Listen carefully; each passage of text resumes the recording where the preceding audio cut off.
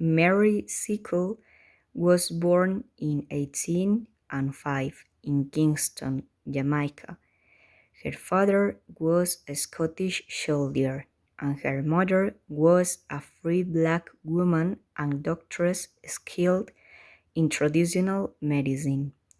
From a very young age, Mary had an interest in medicine and nursing.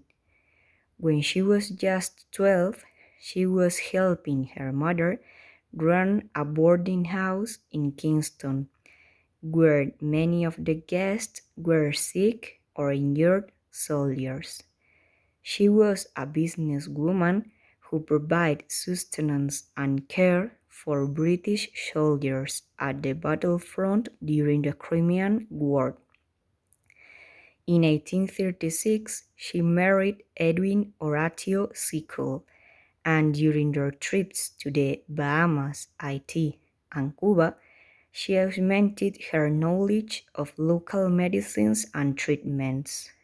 After her husband's death in 1844, she gained further nursing experience during a cholera epidemic in Panama, and after returning to Jamaica, she cared for yellow fever victims.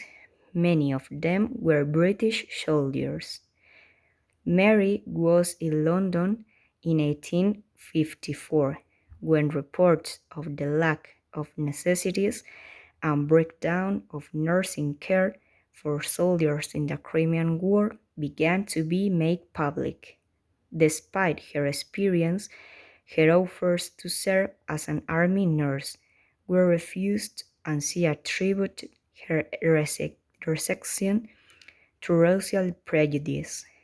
In 1855, with the help of a relative of her husband, she went to Crimea as a sutler, setting up the British Hotel to sell food, supplies, and medicines to the troops.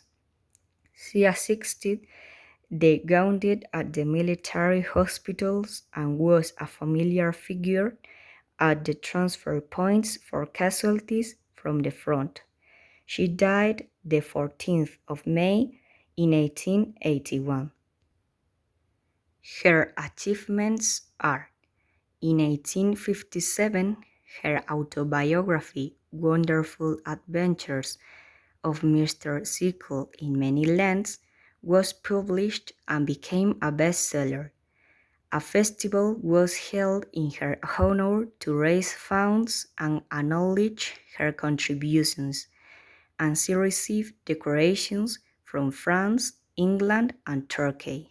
After her death, she fell into obscurity, but in 2004 took first place in the 100 Great Black Britons poll in the United Kingdom.